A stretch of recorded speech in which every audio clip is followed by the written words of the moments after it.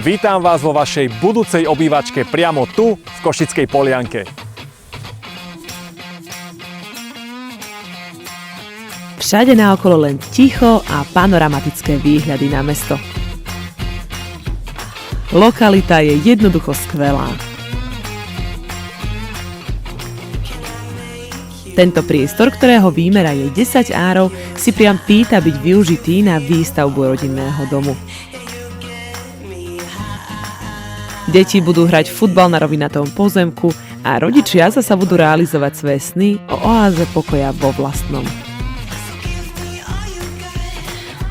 Tomáš Sekeli v tom má jasno.